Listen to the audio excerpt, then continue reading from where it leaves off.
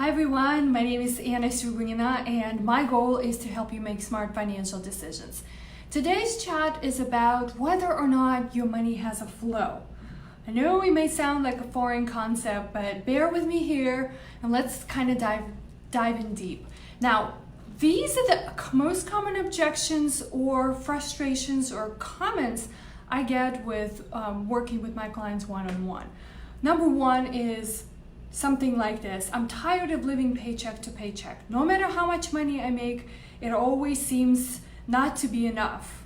Does that sound familiar to you? I bet it does.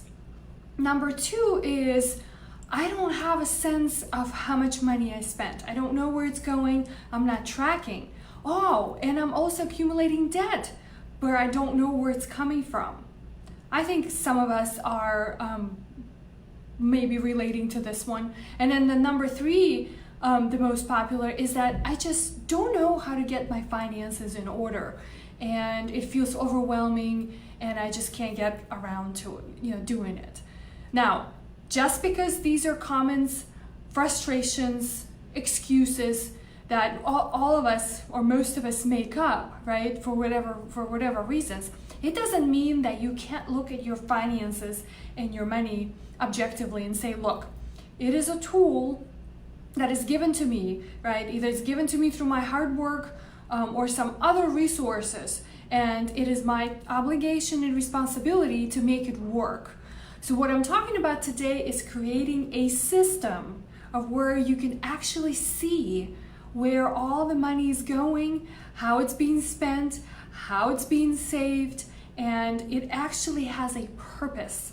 So once you start realizing that it's a system that can be operated on its own, that can be automated and streamlined, then your approach to finances becomes all of a sudden not with all of these frustrations, but more of, wow, how can I set this up for myself? So let me tell you just quickly and briefly, I have a whole book written on this concept about money flow, but I want you just to kind of get the gist of it, because I need you to get out of these mindsets that you've set up for yourself and these limiting beliefs that you can't actually do it. Hi Jean, thanks for stopping by. Good to have you here. For those of you who are watching this in replay, please let me know. Share something in the chat box. That way I know you visited.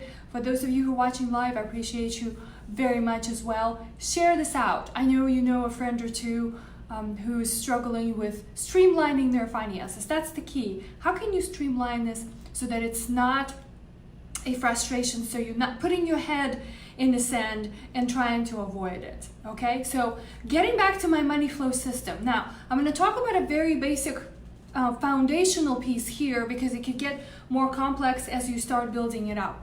But let's talk about just the basic things and something that you can actually streamline and get off the ground right away. So pretend we're looking at a fresh calendar month and you're sitting down, you just got a paycheck, you're sitting down and we need to map out how that paycheck is going to be spent, right? So I want you to think about two categories of where your money is going. Number one is what I call fixed expenses, okay? Number two is what I call variable expenses. So take a sheet of paper, draw a line in the middle, fixed expenses, variable expenses. Those are the two categories that you have for where you're gonna spend your money, right? You have a pot of money. I'm not gonna get too complex with whether you get paid infrequently or you get paid, more on a streamline every 2 weeks or every week. Let's just say you have a pot of money. We can get into the details later. I want you to outline exactly in each column what would constitute a fixed expense and what would constitute a variable expense, and how the money that you have is going to be allocated. Now, my approach always has been is to make sure that my fixed expenses are paid no matter what, and I have all of them set up on auto pay to be completed by the 15th of the month. Now, variable expenses in the second column are discretionary spendings. That's where, and when you start seeing this kind of outline, then you will realize that your variable expenses is really what you need to control. Now, I have a system that I've set up. It's very simple. I have two checking accounts, one for fixed expenses, one for variable expenses. My paycheck gets divided equally or whatever, whatever my percentage is to go in each of the checking accounts. And I have enough money to live on and spend discretionary, right? Whatever it is I want, whether it's going out, buying more pairs of shoes, makeup, and things that I enjoy. But my fixed expenses are paid, and I do not have to worry about missing a single bill. Now, a couple of things to highlight in the fixed expense section is that you need to allocate enough money to make sure that if you have debts, you streamlining and you paying off your debts. So one of the categories on the fixed list of expenses is debt payments. Number two is your savings. So if you're saving for a particular goal, if you're saving for retirement, your kids' education, your next vacation, next home purchase, next car purchase, anything that you're saving for needs to go on that list. Do you know why it needs to be that way? Because if you don't automate it, if you don't make it a priority, because think about this, why are you paying somebody else first, which is all those bills that you've got, whether it's a mortgage or a utility bill, a car payment, you're paying that to somebody else versus making sure that you pay yourself first. So I actually put that at the top of my list to make sure that my savings are going in no matter what, right? Because everything else, and that's why separating variable expenses, right, discretionary spending goes into the second part of your expense categories, and I can control that. Once you set this up for yourself, and you really just need 2 checking accounts to do that, it is absolutely mind-freeing feeling if when you look at it and you give it a month or two, right, at least to see the cycle close and everything be on the on the streamline, how much more freedom you're going to have and how you're going to start seeing where, right, how your money is actually working for you. You've got if you have debts, you've got the debts covered. You've got the most important thing, which is your savings, right, and working towards your financial freedom point and making sure that you're staying on track with savings. And then you have fun, right? You use your money as a tool and you have fun in your variable expense category of how you're going to do it. Whatever it is that you want to do. It's actually interesting too that I don't require you to do a budget. Have you noticed that I haven't mentioned a budget of any sort at all? I want you to look at what is necessary for you to live on every month.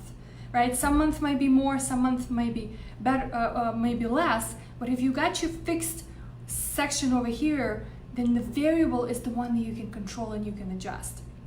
So I give you a challenge in the next couple of days to take a look at something like this and try to set it up for yourself. Now, for more advanced users out there, if you feel like you can manage a credit card, right, and want to play with getting points, miles, and on things like that, you can substitute your second checking account for a credit card. But I still highly recommend to make sure that if you get a paycheck, you separate it into 2 accounts. You can use a credit card over here, but then at the end of the month, you just go into your second checking account and you pay off that credit card because it was used for paying for variable expenses, okay? That's the system that I have because I've graduated to the next level where I could use a credit card and not get into trouble.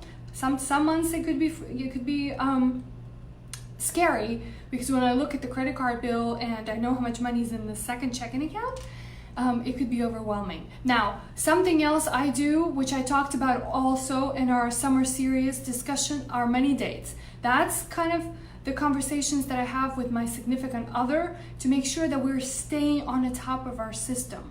So if you give this a try and you give it some time, you will see how it's going to change, how you look at your finances, how often you actually check, and how excited you get about having a system that's working. And there's nothing crazy you have to do and put in place. Let me know if you have any questions and need any more clarification. Now, I am inviting you to a very exciting event that I'm holding on this coming Thursday, July 27th. I'm excited to talk more about this topic and even go deeper and continue the conversation about all the different financial planning topics that we've discussed.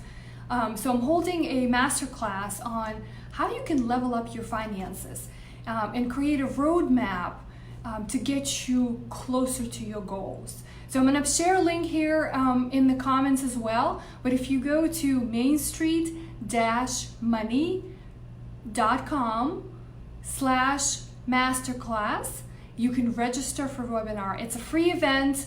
It's on Thursday, June 27th at 12 p.m. Pacific.